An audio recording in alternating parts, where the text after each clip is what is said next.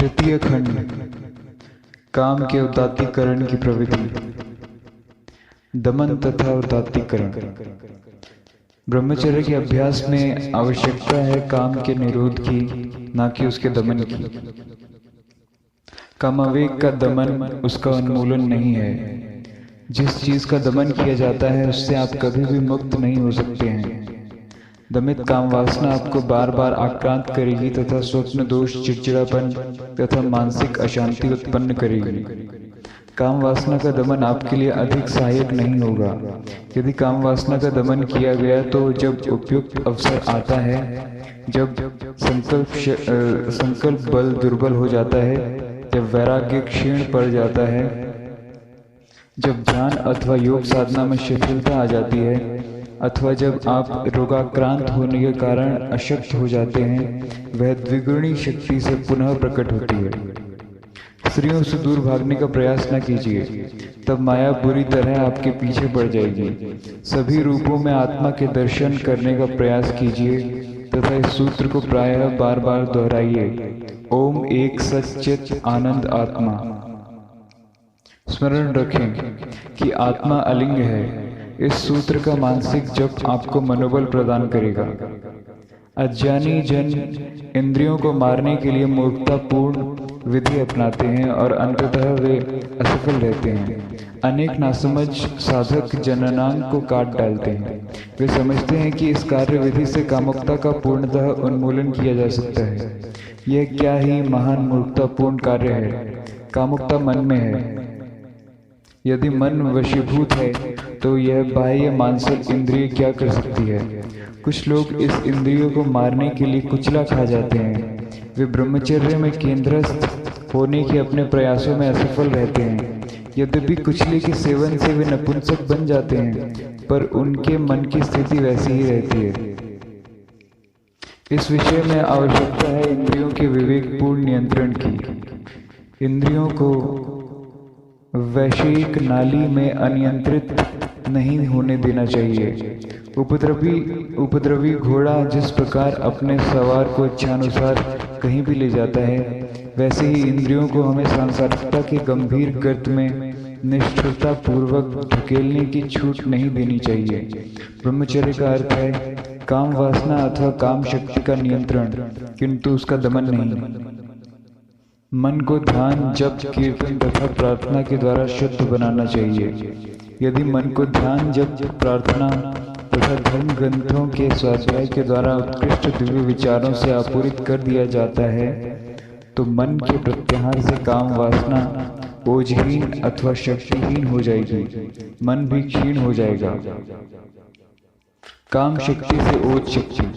जप, प्रार्थना, ध्यान, धर्म ग्रंथों के स्वाध्याय, प्राणायाम तथा आसनों के अभ्यास से काम शक्ति को ओज शक्ति में रूपांतरित करना चाहिए। आपको भक्ति तथा प्रबल मुमुक्षुत्व विकसित करना चाहिए। आपको शुद्ध, अमर, अलिंग, निराकार, निष्काम आत्मा का सतत ध्यान करना चाहिए। तभी आपकी काम वासना विनष्ट होगी। यदि शुद्ध विचारों द्वारा काम शक्ति को उच्च शक्ति में रूपांतरित कर दिया जाता है, तो पाश्चात्य मनोविज्ञान में इसे काम का उदात्तीकरण कहते हैं। उदात्तीकरण दमन का विषय नहीं है, वरन एक विध्यात्मक, गत्यात्मक रूपांतरण की प्रक्रिया है। यह काम शक्ति के नियंत्रण, उसके संरक्षण, तत्पश्चात उसे मोड़कर उच्चतर प्रणालिकाओं में ले जाने और अंततः उसे उच्च शक्ति में परिवर्तित करने की प्रक्रिया है। भौतिक शक्ति आध्यात्मिक शक्ति में परिवर्तित की जाती है, जैसे ऊष्मा, प्रकाश तथा विद्युत शक्ति में परिवर्तित की जाती है। जिस प्रकार रासायनिक पदार्थ को ताप द्वारा वाष्प में परिणत कर शुद्ध कर दिया जाता है, जो पुनः घनीभूत हो जाता है, उसी प्रकार आध्यात्मिक साधना द्वारा काम शक्ति को भी परिष्कृत कर दिव्य शक्ति में परिवर्तित किया जाता है। ओज आध्यात्मिक शक्ति है जो मस्तिष्क में संचित रहती है। आत्मा संबंधी उदात्त अंतःकरण उन्नयनकारी विचारों के प्रश्रय द्वारा ध्यान, जप, उपासना तथा प्राणायाम द्वारा काम शक्ति ओज शक्ति में रूपांतरित तथा मस्तिष्क में संचित की जा सकती है। तब इस संचित शक्ति का उपयोग भगवत चिंतन तथा आध्यात्मिक साधनाओं में किया जा सकता है। क्रोध तथा मांसपेशीय शक्ति भी ओज में रूपांतरित की जा सकती है। जिस व्यक्ति के मस्तिष्क में ओज अधिक है वह अत्यधिक मानसिक कार्य कर सकता है। वह बहुत बुद्धिमान होता है, उसके नेत्र दीप्तिमान होते हैं तथा उसके मुख पर आकर्षक आभा होती है। वह अल्प शब्द बोल कर जनता को प्रभावित कर सकता है। उसका संक्षिप्त भाषण श्रोताओं के मन पर भारी छाप छोड़ता है। उसका भाषण भावोत्तेजक होता है। उसका व्यक्तित्व प्रभावशाली होता है। श्री शंकर जो अखंड ब्रह्मचारी थे ने अपनी ओज शक्ति से चमत्कार कर दिखाया। उन्होंने अपनी ओज शक्ति से दिग्विजय की तथा भारत के विभिन्न भागों में प्रकांड विद्वानों के साथ शास्त्रार्थ तथा प्रखर वाद विवाद किया। योगी अखंड ब्रह्मचर्य द्वारा इस शक्ति के संचय की ओर सदा अपना ध्यान देता है।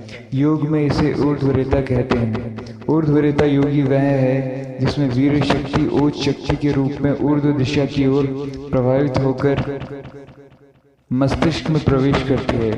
फिर कामोत्तेजना द्वारा वीर के अधोदिग्गामी होने की कोई संभावना नहीं रहती। काम के उदात्तीकरण का रहस्य। योग विज्ञान के अनुसार शुक्र सारे शरीर में सूक्ष्म रूप में व्याप्त है। यह सूक्ष्म रूप में शरीर के सारे कोशाणुओं में पाया जाता है। इसे कामेच्छा तथा कामोत्तेजना के प्रभाव से प्रत्याहरण कर जनेन्द्रिय के में स्थूल रूप दिया जाता है। ऊर्ध्वरेता योगी वीर को ओज में परिणत ही नहीं करता, अपितु अपनी योग शक्ति के द्वारा विचार, वाणी तथा कर्म की पवित्रता के द्वारा अंड कोशों की स्रावी कोशिकाओं द्वारा वीर के निर्माण को ही रोक देता है। यह एक महान रहस्य है।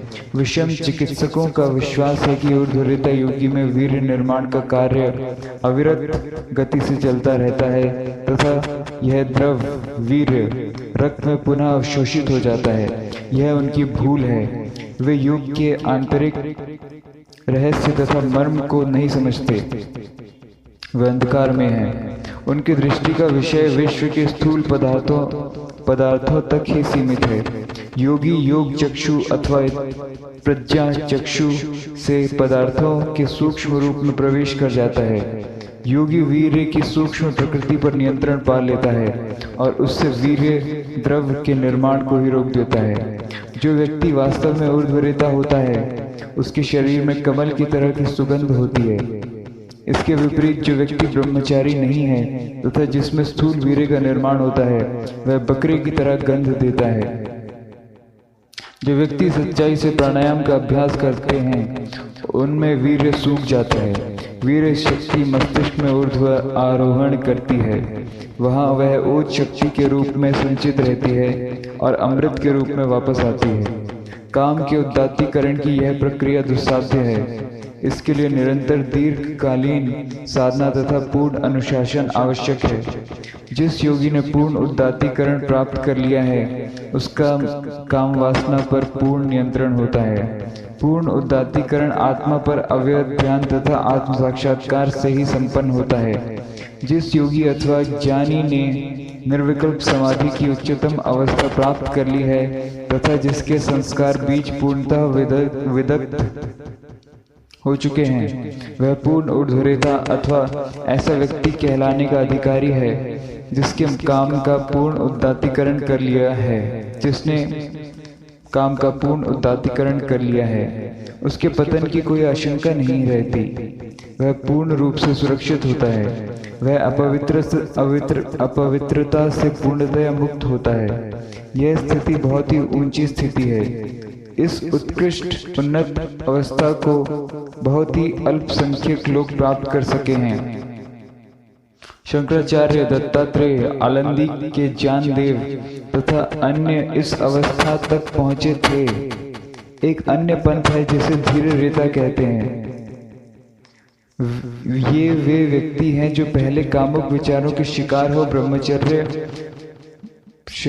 होकर ब्रह्मचर्य से प्रतिभ्रष्ट हो जाते हैं पर बाद में पूर्ण ब्रह्मचर्य के पालन में लग जाते हैं। ऐसा व्यक्ति यदि 12 वर्षों तक पूर्ण ब्रह्मचर्य का अभ्यास करता है तो वह अतिमानवीय शक्ति प्राप्त कर सकता है। उसमें मेधा नाड़ी अथवा बुद्धि नाड़ी निर्मित होती है। इसके द्वारा वह किसी भी वस्तु की आजीवन तीव्र स्मृति रख सकता है तथा सभी प्रकार के विषयों को सीख सकने की स्थिति में होता है। पूरे 12 वर्ष तक विचार, वाणी और कर्म में अखंड ब्रह्मचर्य का पालन करने से यदि व्यक्ति अभिप्सा रखता है तो उसे भगवत दर्शन भी प्राप्त होता है। वह सर्वाधिक दुर्बोध तथा जटिल समस्याओं को सहज ही सुलझा सकता है, किंतु इस प्रकार का अनुपालन 32 अथवा 34 वर्ष की आयु से पूर्व ही आरंभ होना चाहिए। यद्यपि वह योगी जिसने निरंतर दीर्घकालीन साधना, सतत ध्यान, प्राणायाम तथा आत्मविचार और शम, दम, यम तथा नियम के अभ्यास द्वारा अपने आप को प्रशिक्षित कर लिया है, काम के पूर्ण उदात्तीकरण की अवस्था को प्राप्त नहीं हुआ है, पर वह भी सुरक्षित है। उसमें स्त्रियों के प्रति आकर्षण नहीं होता है। उसने अपने मन को क्षीण कर डाला है। मन विषयभाव से मर चुका है। वह उसका फण नहीं उठा सकता। वह फुत्कार नहीं कर सकता है। पूर्ण उदात्तीकरण कठिन है तथापि असंभव नहीं। काम के उदात्तीकरण की प्रक्रिया दुस्साध्य होने पर भी आध्यात्मिक मार्ग में साधकों के लिए परम आवश्यक है। कर्मयोग, उपासना, राजयोग अथवा वेदांत में से किसी पद का साधक हो, उसके लिए यह सर्वाधिक महत्वपूर्ण योग्यता है। यह साधक के लिए मूलभूत पूर्वापेक्षा है। यदि व्यक्ति में यह योग्यता या गुण है तो अन्य सभी गुण उसमें आ मिलते हैं।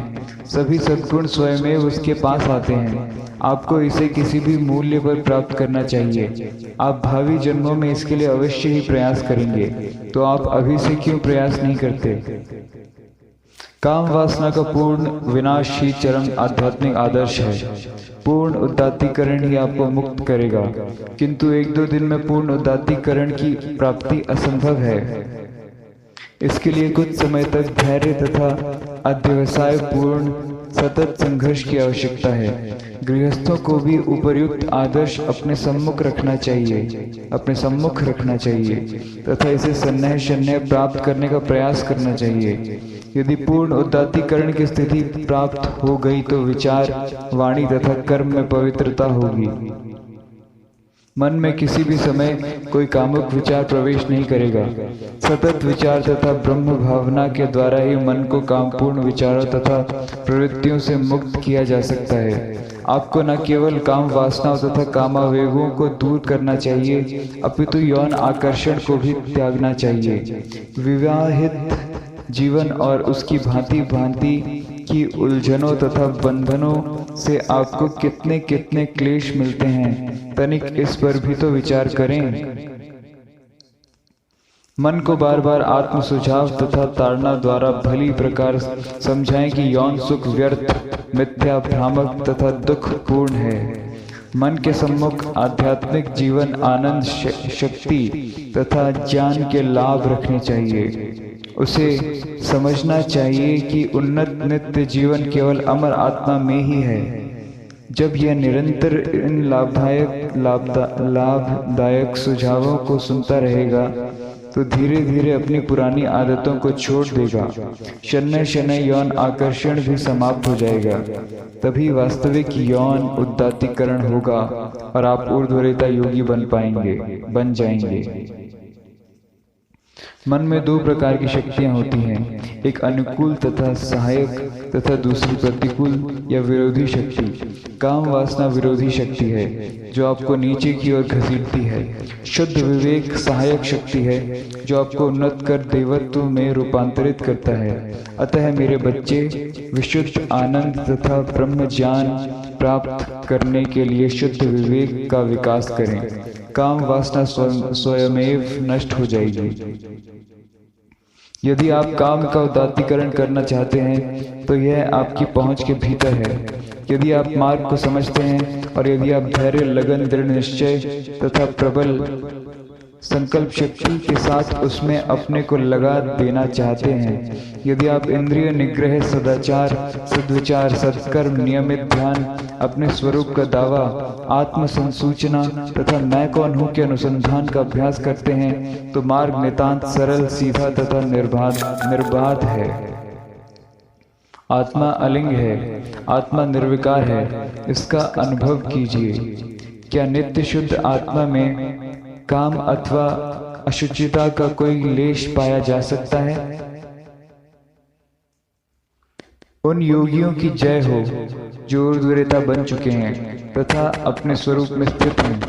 ईश्वर करे कि हम सब शम, दम, विवेक, विचार, वैराग्य, प्राणायाम, जप तथा ध्यान के अभ्यास द्वारा पूर्ण ब्रह्मचर्य का पालन कर जीवन के लक्ष्य को प्राप्त करें। अंतर्यामी प्रभु हमें मन तथा इंद्रियों का नियंत्रण करने के लिए आत्मबल प्रदान करें। हम प्राचीन काल के श्री शंकराचार्य तथा श्री ज्ञानदेव के समान पूर्ण ऊर्ध्वरेता योगी बने। हम सबको उनका आशीर्वाद प्राप्त हो। विवाह करें अथवा ना करें, क्या ब्रह्मचर्य संभव है? यद्यपि संसार में विविध प्रकार के प्रलोभन तथा चित्त विक्षेप हैं, तथापि यहाँ रहते हुए भी ब्रह्मचर्य का अभ्यास करना सर्वथा संभव है। प्राचीन काल में अनेकों ने इसमें सफलता प्राप्त की थी और आज भी अनेक लोग हैं।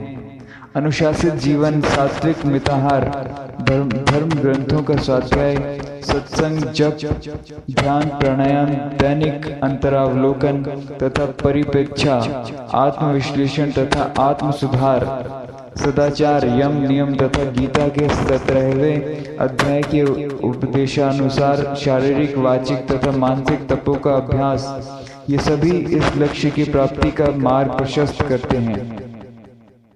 लोग अनियमित, अनैतिक, अमर्याद, अधार्मिक तथा अनुशासनहीन जीवन व्यतीत करते हैं। जिस प्रकार हाथी अपने ही सिर पर धूल डालता है, वैसे ही लोग अपनी मूर्खतावश अपने ही ऊपर कठिनाइयों और संकटों को लाते हैं। ब्रह्मचर्य का अभ्यास करने वाले व्यक्ति प्रायः यह शिकायत करते हैं कि ब्रह्मचर्य के कारण उन्हें मानसिक थकावट होती है। यह केवल मन का धोखा है। कभी कभी आपको मिथ्या भूख लगती है। ऐसी अवस्था में जब आप वास्तव में भोजन करने के लिए बैठते हैं तो आपको वास्तविक अच्छी भूख नहीं होती है और आप कुछ खाना नहीं खा पाते। इसी भांति मिथ्या मानसिक थकान है। यदि आप ब्रह्मचर्य पालन करेंगे तो आपको अपरिमित मानसिक शक्ति प्राप्त होगी। आप इसे सदा अनुभव नहीं कर सकेंगे। जिस प्रकार एक पहलवान जो साधारणतया अपने को एक प्रसामान्य व्यक्ति अनुभव करता है और अखाड़े में अपने शारीरिक बल को प्रकट करता है, वैसे ही आप भी अवसर उपस्थित होने पर अपनी मानसिक शक्ति को प्रकट करेंगे। इंद्रिय निग्रह हानिकारक नहीं है। यह शक्ति को सुरक्षित रखता तथा अपरिमित मनोबल तथा शांति प्रदान करता है। अति विशेष सुख, मृति, नैतिक तथा आध्यात्मिक दिवालियेपन, असामयिक मृत्यु और मनः शक्ति, प्रतिभा तथा ग्रहण शक्ति की क्षति का कारण बनती है। ब्रह्मचर्य के अभ्यास के परिणाम स्वरूप कोई संकट अथवा भीषण रोग अथवा विविध प्रकार की मनोग्रंथियों जैसे कोई अनिष्ट फल नहीं होते, जिनके लिए पाश्चात्य मनोवैज्ञानिक भूल से उसे उत्तरदायी ठहराते हैं। उन्हें इस विषय का व्यवहारिक ज्ञान नहीं है। उनकी यह निराधार तथा गलत धारणा है कि अतृप्त काम शक्ति प्रच्छन्न रूप से स्पर्श, भीति आदि जैसी विविध प्रकार की मनोग्रंथियों का आकार धारण कर लेती है। इस मनोग्रंथि के कुछ अन्य कारण हैं। यह मनोग्रंथि विविध कारणों से उत्पन्न अत्यधिक ईर्ष्या, घृणा, क्रोध, चिंता तथा उदासी के फल स्वरूप होने वाली मन की विकृत अवस्था है।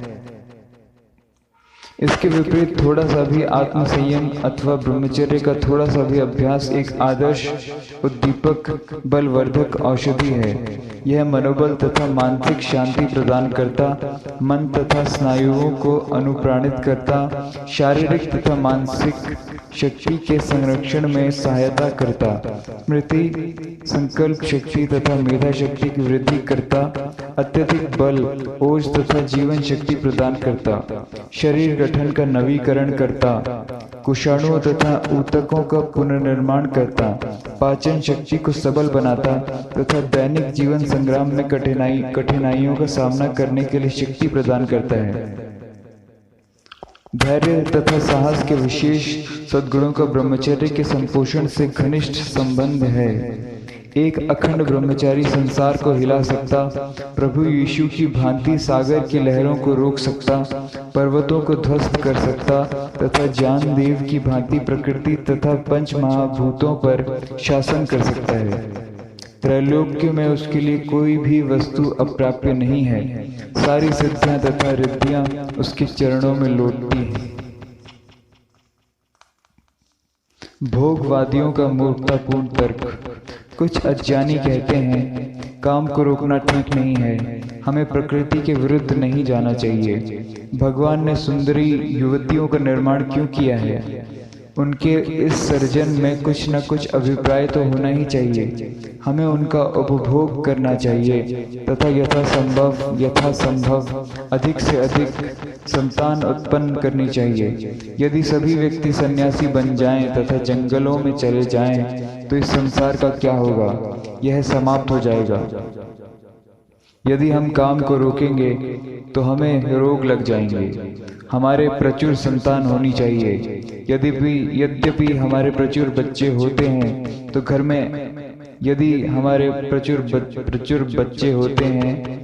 में आनंद छाया रहता है। विवाहित जीवन के सुख का वर्णन शब्दों में नहीं किया जा सकता है। यही जीवन का सर्वोपरि लक्ष्य है। मैं वैराग्य, त्याग, संन्यास तथा निवृत्ति को पसंद नहीं करता। यही उनका भोंडा दर्शन है। वे लोग चार्वाक तथा विरोचन के साक्षात वंशज हैं। वे भोगवादी विचारधारा के आजीवन सदस्य हैं। अति भोजिता ही उनके जीवन का लक्ष्य है। उनके अनुयायियों की संख्या बहुत बड़ी है। वे शैतान के मित्र हैं। उनका दर्शन कितना प्रशंसनीय है। जब वे अपनी संपत्ति, पत्नी तथा संतान खो बैठते हैं, जब वे किसी असाध्य रोग से पीड़ित होते हैं, तब कहते हैं, भगवान मुझे इस भयंकर रोग से मुक्त कीजिए। मेरे पापों के लिए मुझे क्षमा कर दीजिए। मैं महापापी हूँ। किसी भी मूल्य पर काम पर नियंत्रण करना ही चाहिए। काम को रोकने से एक भी रोग नहीं होता। इसके विपरीत इससे असीम शक्ति, सुख तथा शांति प्राप्त होती है। काम को नियंत्रित करने के कुछ प्रभावकारी साधन भी हैं। व्यक्ति को प्रकृति के विरुद्ध जाकर प्रकृति से परे आत्मा को प्राप्त करना चाहिए। जिस प्रकार मछली नदी में धारा के प्रतिकूल उपरिनद में तैरती है, उसी प्रकार आपको अनिष्टकारी शक्ति रूपी संसार प्रवाह के विपरीत चलना होगा। तभी आपको आत्म साक्षात्कार की प्राप्ति हो सकती है। काम एक अनिष्टकारी शक्ति है और यदि आप अक्षय आत्मानंद को प्राप्त करना चाहते हैं तो आपको इस पर नियंत्रण प्राप्त करना ही होगा। यौन सुख कोई सुख नहीं है, यह मानसिक भ्रांति है। संकट, पीड़ा, भय, आयास तथा जुगुप्सा इसके साथ लगे रहते हैं। यदि आपको योग अथवा आत्मविज्ञान की जानकारी हो जाए तो आप इस भयानक रोग काम को सहज ही नियंत्रित कर सकते हैं। भगवान चाहते हैं कि आप आत्मानंद का उपभोग करें। इसकी प्राप्ति संसार के इन सभी सुखों को त्यागने से ही हो सकती है। ये सुंदरी स्त्रियां तथा संपत्ति आपको मोहित करने तथा अपने जाल में फंसाने के लिए माया के उपकरण हैं। यदि आप अपने क्षुद्र विचारों तथा दूषित कामनाओं के साथ सदा सांसारिक व्यक्ति बने रहना चाहते हैं तो आप निश्चय ही ऐसा कर सकते हैं। आपको पूर्ण स्वतंत्रता है। आप 365 पत्नियों से विवाह कर सकते हैं और जितने हो सके उतने बच्चे उत्पन्न कर सकते हैं। आपको कोई भी रोक नहीं सकता है, परंतु आपको शीघ्र ही यह ज्ञात हो जाएगा कि यह संसार आपको आपके मनोनुकूल संतान प्रदान नहीं कर सकता है, आपको आपके मनोनुकूल संतोष प्रदान नहीं कर सकता है, क्योंकि सभी पदार्थ विकाल तथा कारण पर आश्रित हैं। यहाँ मृत्यु, रोग, जरा, परेशानी, चिंता, आकुलता, भय, हानि, निराशा, असफलता, दुर्व्यवहार, शीत, ताप, सर्पदंश, बिच्छुडंक, भूकंप तथा दुर्घटनाएं हैं। आप एक क्षण के लिए भी किंचित मानसिक शांति प्राप्त नहीं कर सकते, क्योंकि आपका मन काम तथा मल से पूर्ण है। अभी आपकी समझ दूषित है तथा आपकी बुद्धि विकृत हो गई है। अतः आप संसार के प्रातिभासिक स्वरूप तथा आत्मा के चिरंतन सुख को समझ नहीं पा रहे हैं। काम को प्रभावशाली ढंग से नियंत्रित किया जा सकता है, इसके लिए अकाट्य विधियां हैं। काम को नियंत्रित करने पर आप अपने अंतर से, आत्मा से सच्चे सुख का उपभोग करेंगे। सभी व्यक्ति सन्यासी नहीं बन सकते। उनके बहुत से संबंध तथा आसक्तियां हैं। वे कामुक हैं, अतः वे संसार का त्याग नहीं कर सकते हैं। वे अपनी पत्नियों, बच्चों तथा संपत्ति से आबद्ध हैं। आपका तर्क वाक्य अनुचित है, यह असंभव है, यह अशक्य है। क्या आपने विश्व इतिहास में, इतिवृत्त में कभी ऐसा सुना है कि सभी व्यक्तियों के सन्यासी हो जाने के कारण यह विश्व जन शून्य हो गया है? फिर आप ऐसा असंगत तर्क वाक्य क्यों प्रस्तुत करते हैं? यह आपके मूर्खतापूर्ण तर्क तथा उस शैतानी दर्शन को समर्थन करने के लिए आपके मन की एक विलक्षण चाल है, जिसका काम वासना तथा यौन तुष्टि एक महत्वपूर्ण सिद्धांत है। भविष्य में इस तरह की बातें ना कीजिए, इससे आपकी मूर्खता तथा वासनामयी प्रकृति प्रकट होती है। इस संसार के विषय में आप चिंता ना कीजिए, अपने काम से काम रखिए। ईश्वर सर्वशक्तिमान है। यदि सभी लोग जंगल में चले जाएं और यह संसार जन शून्य हो जाए, तब भी भगवान अपने संकल्प मात्र से करोड़ों लोगों की तत्काल पल मात्र में सृष्टि कर देगा। यह देखना आपका कार्य नहीं है। अपनी काम वासना के उन्मूलन के लिए उपाय खोज निकालिए। प्रत्येक व्यक्ति के जीवन में विवाह एक अपरिहार्य तत्व नहीं माना जा सकता है। वास्तव में एक सच्चे साधक को निश्चय ही अपने को विवाहित जीवन की बीड़ियों से दूर, बहुत दूर रखना चाहिए। विवाह उसके लिए अभिशाप है, तथापि उस कामुक प्रकृति वाले व्यक्ति के लिए, जिसके लिए विषय वासना को पराभूत करना अत्यंत दुष्कर है, यह उसकी नैतिक असावधानी के लिए एक प्रकार का बाड़ा अथवा सुरक्षा प्रदान करने वाली तिजोरी है। अतः विवाह उन लोगों के लिए विहित है और यह अधिसंख्यक मानव जाति पर लागू होता है, जो अभी पूर्ण आत्मनिग्रह के जीवन के लिए तैयार नहीं है। और इस भांति उन्हें विवाह को एक संस्कार मानना चाहिए, किंतु निश्चय ही इसे विषयासक्ति का अनुज्ञा पत्र नहीं समझना चाहिए। इस संसार में उत्पन्न हुए प्रत्येक व्यक्ति को विवाह करना अनिवार्यतः आवश्यक नहीं है। विवाह इस लोक में मनुष्य के जीवन को नियमित बनाने के लिए है। यदि समाज में विवाह की प्रथा न होती तो जीवन अनियमित तथा पाशविक हो गया होता। किंतु जहाँ हृदय में काम वासना नहीं है, जहाँ भगवान के लिए प्रबल अभिप्सा है, जहाँ आध्यात्मिक खोज की आकांक्षा है, वहाँ विवाह अनिवार्य नहीं है। ऐसा व्यक्ति नैष्ठिक ब्रह्मचारी का जीवन यापन कर सकता है।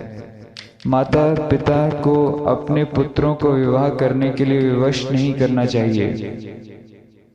उन्हें अपने बच्चों के आध्यात्मिक संस्कारों को कुचलना नहीं चाहिए। अनेक युवक जिनमें आध्यात्मिक जागृति है, करुण शब्दों में मुझको लिखते हैं, प्रिय स्वामी जी, मेरा हृदय उच्चतर आध्यात्मिक विषयों के लिए आतुर है। मुझे सांसारिक विषयों में कोई रुचि नहीं है। मेरा परिवेश अनुकूल नहीं है।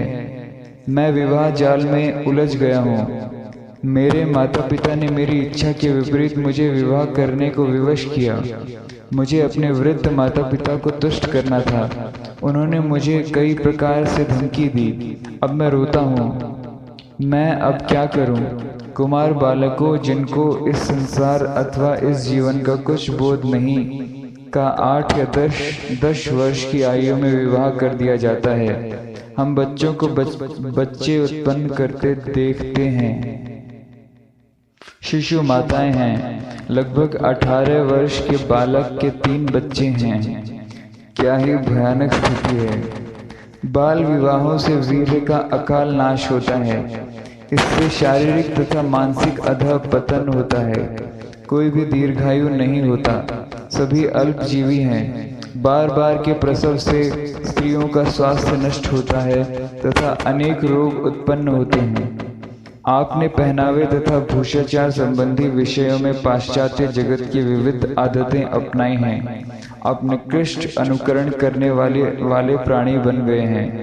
पाश्चात्य जगत के लोग जब तक परिवार का अच्छी तरह भरण पोषण करने योग्य नहीं हो जाते, विवाह नहीं करते हैं। उनमें अधिक आत्मनिग्रह है। वे प्रथम जीवन में एक अच्छा पद प्राप्त करते हैं, धनोपार्जन करते हैं, कुछ बचत करते हैं और तभी विवाह के विषय में सोचते हैं। यदि उनके पास पर्याप्त धन नहीं होता तो वे आजीवन कुंवारे ही रहते हैं। वे संसार में भिक्षुओं को उत्पन्न करना नहीं चाहते हैं जैसा कि आप करते हैं। जिसने संसार में मानव के दुखों को समझ लिया है, वह स्त्री के गर्भ से एक बच्चा उत्पन्न करने का साहस कदापि नहीं करेगा। पति तथा पत्नी के मध्य प्रेम का स्वरूप। पति तथा पत्नी के मध्य का प्रेम मुख्यतः शारीरिक, स्वार्थी तथा दंभी होता है। यह स्थिर नहीं होता है। यह क्षणभंगुर तथा परिवर्तनशील होता है। यह शारीरिक काम वासना मात्र है। यह यौनोपराग है। इसमें निम्न संवेगों का पुट होता है। यह पाश्विक प्रकृति का होता है। यह सीमित है, किंतु दिव्य प्रेम असीम, शुद्ध, सर्वव्यापी तथा नित्य स्थायी होता है। यहाँ विवाह विच्छेद का प्रश्न नहीं उठता। अधिसंख्यक पति तथा पत्नी के बीच में वास्तव में आंतरिक मेल नहीं होता है। सावित्री तथा सत्यवान, अत्रि तथा अनसुईया इन दिनों बहुत ही विरले होते हैं, क्योंकि पति तथा पत्नी केवल स्वार्थपूर्ण उद्देश्यों से बाह्यतः ही संयुक्त होते हैं। अतः उनमें मुस्कान तथा बाह्य प्रेम का कुछ दिखावा मात्र होता है। यह सब दिखावा मात्र है, क्योंकि उनके विश्वास की गहनतम अनुभूतियों में वास्तविक एकता नहीं होती। अतः प्रत्येक घर में सदा ही किसी न किसी प्रकार का वैमनस्य तथा अनबन, वक्र चेहरे तथा तीक्ष्ण शब्द होते रहते हैं। यदि पति अपनी पत्नी को चलचित्र भवन नहीं ले जाता, तब घर में झगड़ा चल पड़ता है। क्या आप इसे सच्चा प्रेम कह सकते हैं? यह स्वार्थपरक व्यापारिक कार्य है। काम वासना के कारण लोग अपनी सत्यनिष्ठा, स्वतंत्रता तथा गरिमा खो बैठे हैं। वे स्त्रियों के दास बन गए हैं। आप क्या ही दयनीय दृश्य देख रहे हैं। कुंजी पत्नी के पास है और 2 रुपए के लिए भी पति को उसके सामने अपना हाथ पसारना पड़ता है। तथापि भ्रांति तथा कामोन्मादवश पति कहता है, मेरे एक प्रेम पात्र स्नेही पत्नी है। वह वास्तव में मीरा है। वह वस्तुतः पूजनीय है। स्वार्थपरक प्रेम में प्रेमी तथा प्रेयसी के मध्य सच्चा सुख नहीं हो सकता है। पति के मरणासन्न होने पर पत्नी अधिकोष, लेखा पुस्तिका, बैंक पासबुक लेकर चुपके से अपने मायके चली जाती है। पति की कुछ दिनों के लिए नौकरी छूट जाती है तो पत्नी मुंह बनाती है, कठोर शब्द बोलती है तथा प्रेम पूर्वक उसकी उचित सेवा नहीं करती है। यह स्वार्थी प्रेम है। उनके हृदय अंतर्भाग में सच्चा स्नेह नहीं होता है। अतः घर में सदा लड़ाई झगड़ा तथा अशांति रहती है। पति तथा पत्नी वास्तव में एक नहीं हुए हैं। वे नीरस तथा खिन्न जीवन को खींचते हुए येन केन प्रकारेण निभाते रहते हैं। काम वासना किसी तरह भी प्रेम नहीं है, यह पशु प्रवृत्ति है। यह शारीरिक प्रेम है, यह पार्श्विक स्वरूप वाला है, यह स्थानांतरित होता रहता है। यदि पत्नी किसी असाध्य रोग के कारण अपना सौंदर्य खो बैठती है तो पति उससे विवाह विच्छेद कर द्वितीय पत्नी से विवाह कर लेता है। इस संसार में यह परिस्थिति जारी रहती है। पति अपनी पत्नी से पत्नी के लिए प्रेम नहीं करता, वरन अपने स्वयं के लिए करता है। वह स्वार्थी है, वह पत्नी से विशेष सुख की आशा करता है। यदि कुष्ठ रोग अथवा चेचक उसके सौंदर्य को नष्ट कर देता है तो उसके पति का प्रेम समाप्त हो जाता है। जब पत्नी की मृत्यु हो जाती है तो पति शोक मग्न हो जाता है। ऐसा वह अपने स्नेही जीवन संगिनी की क्षति के कारण नहीं, वरन इसलिए करता है कि वह अब यौन सुख प्राप्त नहीं कर सकता है। जब आपकी पत्नी युवती तथा सुंदर होती है तब आप उसके घुंघराले बाल, गुलाबी कपोलों, मनोहर नासिका, चमकीली त्वचा तथा रुपहले दांतों की प्रशंसा करते हैं। जब वह किसी चिरकालिक असाध्य व्याधि के कारण अपना सौंदर्य खो देती है तब आपके लिए उसमें आकर्षण नहीं रहता। आप द्वितीय पत्नी से विवाह कर लेते हैं।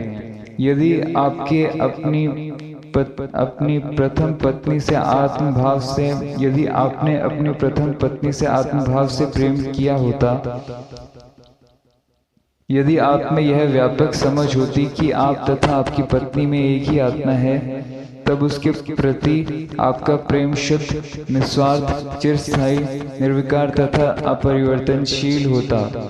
जैसे आप पुरानी मिश्री तथा पुराने चावल को अधिक पसंद करते हैं, वैसे ही आप अपनी पत्नी से जब वह वृद्ध हो जाती है अधिकाधिक प्रेम करेंगे, क्योंकि ज्ञान के द्वारा आप में आत्मभाव आ गया है। ज्ञान ही प्रेम को और अधिक प्रगाढ़ करेगा तथा उसे चिरस्थायी बनाएगा। शारीरिक प्रेम पशु धर्म है। शरीर अथवा त्वचा के प्रति प्रेम राग है। यह उन्नत तथा परिष्कृत राग है। यह स्थूल तथा वैषयिक है। शरीर के प्रति राग शुद्ध प्रेम अथवा सच्चा प्रेम नहीं है, यह अज्ञान जनित मोह ही है। आप इस राग के कारण ही पाप कर्म करते हैं तथा अपनी आत्मा का हनन करते हैं। वैश्याएं भी अपने ग्राहकों के प्रति कुछ समय तक प्रचुर प्रेम, मधुर मुस्कान प्रदर्शित करती तथा मधुमय शब्द बोलती हैं। ऐसा वे जब तक रुपया ऐंठ सकती हैं तभी तक करती हैं। जरा मुझे स्पष्ट रूप से बताएं कि क्या आप इसे प्रेम तथा सच्चा सुख कह सकते हैं? इसमें धूर्तता, व्यवहार कुशलता, कुटिलता तथा मिथ्याचार है। इस प्रेम में आत्मत्याग का किंचित अंश भी नहीं है। ब्रह्मचारी बने अथवा गृहस्थ, कामुक लोगों के लिए ही गृहस्थ आश्रम का निधान है, क्योंकि वे अपनी कामुकता पर नियंत्रण नहीं रख सकते। यदि कोई व्यक्ति शंकराचार्य अथवा सदाशिव ब्रह्म की भांति पर्याप्त आध्यात्मिक संस्कार, अंतर्जात विवेक तथा वैराग्य के साथ उत्पन्न हुआ है तो वह गृहस्थाश्रम में प्रवेश नहीं करेगा। वह तत्काल नैष्ठिक ब्रह्मचर्य अपनाएगा और तत्पश्चात संन्यास ग्रहण कर लेगा। श्रुतियां भी इसका समर्थन करती हैं। जाबालोपनिषद कहती है, यद हरेव विरजेत तत् हरेव प्रव्रजेत। जिस दिन वैराग्य आए उसी दिन संन्यास ले लीजिए। विवाह कुछ लोगों की आध्यात्मिक प्रगति में बाधा पहुंचाता है तो कुछ लोगों की सहायता करता है। राजा भर्तृहरि के लिए यह बाधक था और संत तुकाराम के लिए यह सहायक था। अंत में व्यक्ति एक ही लक्ष्य पर पहुंचता है। यात्रा सर्वाधिक छोटी होने दें। छोटे रास्ते को लंबे मार्ग की अपेक्षा अधिक पसंद करें। व्यक्ति सदा यही चाहता है। ब्रह्मचर्यमय जीवन कार्यहस्थ जीवन से 100 गुना अधिक अच्छा है। मैं ब्रह्मचर्य में विश्वास करता हूँ क्योंकि यह मनुष्य में गुप्त शक्तियों का उद्घाटन करता है। ब्रह्मचर्य भगवत साक्षात्कार का सीधा राजपथ है। विवाह सर्पगतिक मार्ग है। पूर्वोक्त अवरोक्त की अपेक्षा अधिक अधिमान्य है, किंतु व्यक्ति अपनी निम्न काम वासना के कारण अवरोक्त मार्ग ही अपनाता है। तथापि गृहस्थ भी आत्म साक्षात्कार से मात्र इसलिए वंचित नहीं होता कि उसके कंधों पर परिवार का भार है। संत तुकाराम का 2 बार विवाह हुआ, उनके बच्चे भी थे तथा वे विमान से वैकुंठ पहुंच गए। यदि आपका सांसारिक जीवन के प्रति दृष्टिकोण सरल, सच्चा तथा निष्कपट है, यदि आपकी तथा कथित जीवन संगिनी धर्मनिष्ठ है तथा सभी विषयों में आपकी आज्ञाकारी है, तो विवाह करने में कोई हानि नहीं है। किंतु यदि विवाहित जीवन व्यक्ति के लिए भार अथवा अभिशाप बनने की अधिक संभावना हो तो व्यक्ति विवाह ही क्यों करे तथा ऐसी बेड़ी में अपने को क्यों उलझाए जिससे कभी 2 टुकड़ों में काटा नहीं जा सकता है। यदि आप अति नियमनिष्ठ ब्रह्मचर्य का पालन करना चाहते हैं तो विवाह ना करें। अपने को यह कहकर प्रवंचित न होने दें, विवाह के पश्चात मैं अति नियमनिष्ठ ब्रह्मचर्य का पालन करूंगा। बाद में यह इस ब्रह्मचर्य व्रत के त्याग करने का अपना तर्क आपके सम्मुख प्रस्तुत करेगा। आपका धर्म है भगवत साक्षात्कार। आपकी पूर्ववर्ती सभी विविध पशु योनियों में इंद्रिय तथा यौन का पर्याप्त तुष्टिकरण हुआ है। पशु जीवन यौन तथा जीवा की निम्न अभिरुचियों की तृप्ति के लिए है, किंतु मानव जीवन महत्तर उद्देश्यों के लिए है। हे मानव, आप काठ कोयले का काम लेने के लिए चंदन वृक्ष को क्यों जलाते हैं? यह मानव जीवन बहुमूल्य है। देवता भी इससे ईर्ष्या करते हैं। एक जीवन को गंवा देने का अर्थ है भगवान बनने के एक स्वर्णिम अवसर को गंवा देना। विशेष सुख तृष्णा बढ़ाने वाला है। व्यक्ति जब तक अभीप्सित पदार्थ पर अधिकार प्राप्त नहीं कर लेता तभी तक सम्मोहन रहता है। पदार्थ पर अधिकार प्राप्त कर लेने के पश्चात उसे पता चलता है कि वह उसमें उलझ गया है। कुंवारा व्यक्ति प्रतिदिन विवाह के विषय में सोचता रहता है, किंतु उपभोग उसको संतोष प्रदान नहीं करता है और न कर ही सकता है। इसके विपरीत यह केवल उसकी वासना को बदतर तथा तीव्र करता है और काम वासना तथा लालसा के द्वारा उसके मन को और अशांत बनाता है। उसको ऐसा अनुभव होता है कि वह कारावास में है। यह माया का इंद्रजाल है। यह संसार प्रलोभनों से भरा है। आप सांसारिक पदार्थों में आनंद नहीं प्राप्त कर सकते हैं। यह केवल भौतिकवादी विष है। इसके अतिरिक्त विवाह एक अभिशाप तथा आजीवन कारावास है। यह इस भूतल पर सबसे बड़ा बंधन है। उस कुंवारे व्यक्ति को जो एक समय स्वतंत्र था, अब जुआ लगा दिया गया है और उसके हाथों तथा पैरों में बेड़ियां डाल दी गई हैं। ऐसा निरपवाद रूप से सभी विवाहित व्यक्तियों का अनुभव है। अतः यदि आप टाल सकते हैं तो विवाह ना करें। विवाह के पश्चात बचाव कठिन होगा। आध्यात्मिक मार्ग के जीवन की महिमा तथा विवाहित जीवन की महान कठिनाइयों, चिंताओं, परेशानियों तथा झंझटों को अनुभव कीजिए। तीव्र वैराग्य का विकास कीजिए। भगवत चेतना के अपने जन्म सिद्ध अधिकार का दावा कीजिए। क्या आप वास्तव में स्वयं ब्रह्म नहीं हैं? पत्नी पति के जीवन को काटने की तीव्र छुरी है। यदि स्वर्ण कंठहार तथा रेशम की बनारसी साड़ियां नहीं उपलब्ध की जाती पत्नी पति पर भौहें चढ़ाती है। पति ठीक समय पर अपना भोजन नहीं पा सकता है। पत्नी तीव्र उदरशूल से पीड़ित होने का झूठा बहाना बनाकर बिस्तर पर लेट जाती है। आप यह तमाशा अपने घर में देख सकते हैं और प्रतिदिन अनुभव कर सकते हैं। निश्चय ही मुझे आपसे अधिक कहने की आवश्यकता नहीं है। अतः शांति के साथ विवाह कीजिए और वैराग्य नामक योग्य पुत्र और विवेक नाम की उदारचेता पुत्री प्राप्त कीजिए तथा आत्मज्ञान रूपी सुस्वादु फल का आस्वादन कीजिए जो आपको अमर बना सकता है। पत्नी एक विलासिता की वस्तु है, यह आत्यंतिक आवश्यकता नहीं है। प्रत्येक गृहस्थ विवाह के पश्चात रो रहा है। वह कहता है, मेरा पुत्र आंत्र ज्वर टाइफाइड से रुग्ण है, मुझे अपनी दूसरी पुत्री का विवाह करना है, मुझे ऋण चुकाना है। मेरी पत्नी एक स्वर्ण कंठहार खरीदने के लिए परेशान कर रही है। मेरे ज्येष्ठ जामाता की अभी हाल में मृत्यु हो गई। विवाह ना कीजिए, विवाह ना कीजिए, विवाह ना कीजिए। विवाह के पश्चात बचाव कठिन है। विवाह सबसे बड़ा बंधन है। स्त्री निरंतर उत्पीड़न तथा अशांति का स्रोत है। बुद्ध, पट्टिनत्तु स्वामी, भर्तृहरि तथा गोपीचंद ने क्या किया? क्या वे स्त्री के बिना सुख तथा शांति से नहीं रहे? इस पार्थिव जगत में काम सबसे बड़ा शत्रु है। यह मनुष्य को निगल जाता है। मैथुन के अनंतर बहुत विषाद होता है। आपको अपनी पत्नी को प्रसन्न रखने तथा उसकी आवश्यकताओं और विलास वस्तुओं की पूर्ति के लिए धनोपार्जन करने में अत्यधिक प्रयास करना पड़ता है।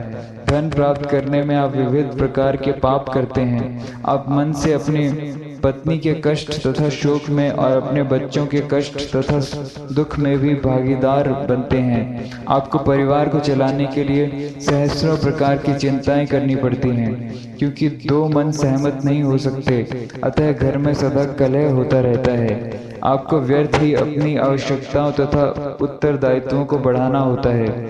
आपकी बुद्धि भ्रष्ट हो जाती है। वीर्य द्रव्य की भारी क्षति के कारण आप रोगों, अवसाद, दुर्बलता तथा जीवन शक्ति की क्षति से आक्रांत होते हैं।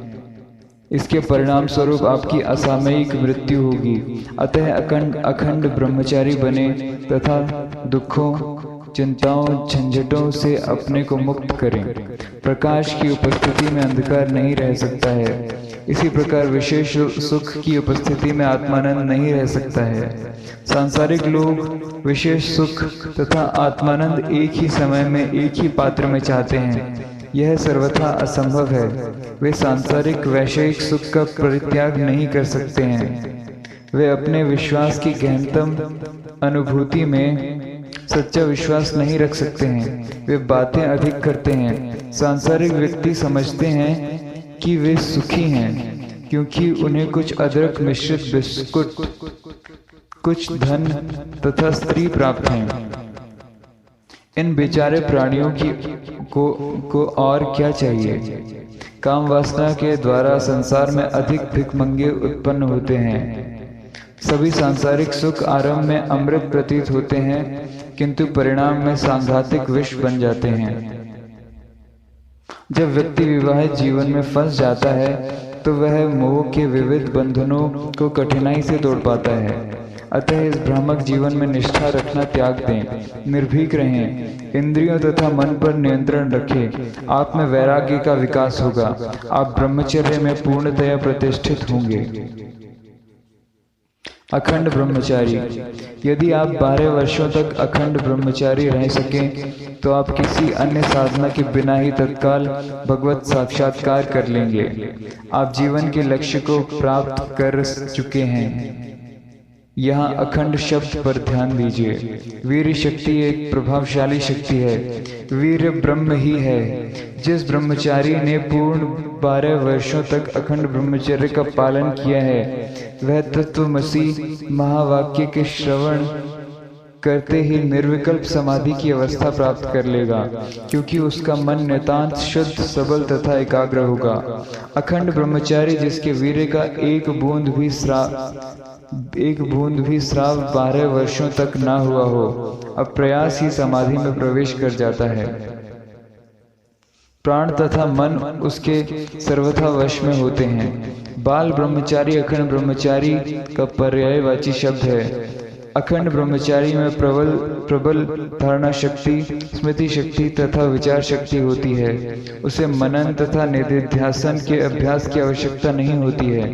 यदि वह एक बार भी महावाक्य सुनता है तो उसे तत्काल आत्म साक्षात्कार प्राप्त हो जाता है। उसकी बुद्धि निर्मल तथा समझ सुस्पष्ट होती है। अखंड ब्रह्मचारी बहुत ही दुर्लभ हैं, किंतु कुछ अवश्य हैं। यदि आप उचित दिशा में प्रयास करें तो आप भी अखंड ब्रह्मचारी बन सकते हैं। आपको प्रतिक्रिया के प्रति बहुत ही सावधान रहना पड़ेगा। जिन इंद्रियों को कुछ महीनों तथा 1-2 वर्षों तक नियंत्रण में रखा है, यदि आप सदा सावधान तथा सचेत न रहें तो वे विद्रोही बन जाती हैं। वे अवसर प्राप्त होते ही विद्रोह कर बैठती हैं और आपको बाहर घसीट लाती हैं। कुछ लोग जो 1 या 2 वर्ष तक ब्रह्मचर्य पालन करते हैं, अंत में अधिक कामुक बन जाते हैं और अपनी वीर्य शक्ति का अत्यधिक अपव्यय करते हैं। कुछ लोग असुधार्य दुराचारी तथा अपने जीवन पोत को भंग करने वाले भी हो जाते हैं। जटा रखने तथा मस्तक और शरीर में भस्म लगाने से ही कोई अखंड ब्रह्मचारी नहीं बनता। जिस ब्रह्मचारी ने अपने स्थूल शरीर तथा इंद्रियों को तो वश में कर लिया है, किंतु निरंतर कामुक विचारों में रमण करता रहता है, वह पक्का दंभी है। उसका कभी भी विश्वास नहीं करना चाहिए। वह कभी भी संकटजनक बन सकता है। विवेकहीन साहचर्य से खतरा। किसी भी व्यक्ति के साथ अति परिचय न कीजिए। अति परिचया दवज्या भवति। बहुत मेलजोल से अवज्ञा बढ़ती है। मित्रों की संख्या न बढ़ाएं। स्त्रियों के साथ मैत्री की अभियाचना न कीजिए। उनसे अत्यधिक परिचित भी न बनिए। स्त्रियों के साथ अति परिचय अंततः आपके विनाश में परिसमाप्त होगा। इस बात को कभी भी न भूलिए। आपके मित्र आपके वास्तविक शत्रु हैं। प्रतिजाति की व्यक्तियों से न मिलें। माया ऐसा छिपे छिपे अंतर्धारा से कार्य करती है कि आप अपने वास्तविक पतन से अवगत ही ना होंगे। बिना एक क्षण की सूचना के ही काम वासना अकस्मात गंभीर रूप धारण कर लेगी। आप व्यभिचार करेंगे और तत्पश्चात पश्चाताप करेंगे। तब आपके चरित्र तथा यश नष्ट हो जाएंगे। अपयश मृत्यु से भी बदतर है। इससे अधिक जघन्य अन्य कोई अपराध नहीं है। इसके लिए कोई प्रायश्चित नहीं है। अतः सतर्क रहें, सावधान रहें। भगवान दत्तात्रेय ने स्त्री की एक प्रज्वलित अग्निकुंड तथा पुरुष की एक घृत पात्र से तुलना की है। जब अवरोक्त पूर्वोक्त के संपर्क में आता है तो वह नष्ट हो जाता है। अतः उनका परित्याग करें। यदि आपको संयोगवश किसी धर्मशाला में रहना पड़े और आपके समीपवर्ती कमरे में अकेली स्त्री हो तो आप उस स्थान को तुरंत छोड़ दीजिए। आपको पता नहीं कि वहाँ क्या घटेगा। आप तप तथा ध्यान के अभ्यास से चाहे कितने भी शक्तिशाली हों, पर खतरे के क्षेत्र को तत्काल छोड़ देना ही सदा उचित है। अपने को प्रलोभन के जोखिम में न डालें। जब आप आध्यात्मिक पथ पर प्रारंभिक अवस्था में हो तो अपने आत्मबल तथा पवित्रता की कभी परीक्षा ना करें। आध्यात्मिक पथ के नवीन पथिक को यह दिखाने के लिए कि उसमें पाप और मलिनता का सामना करने का साहस है, कभी कुसंगति में नहीं पड़ना चाहिए। यह बड़ी भारी भूल होगी। आप महान आपत्ति में पड़ जाएंगे और आप शीघ्र ही आपका अधःपतन हो जाएगा। छोटी सी अग्नि को रेत की ढेरी बड़ी आसानी से बुझा सकती है। साधना की आरंभावस्था में आपको महिलाओं से बहुत दूर रहना चाहिए।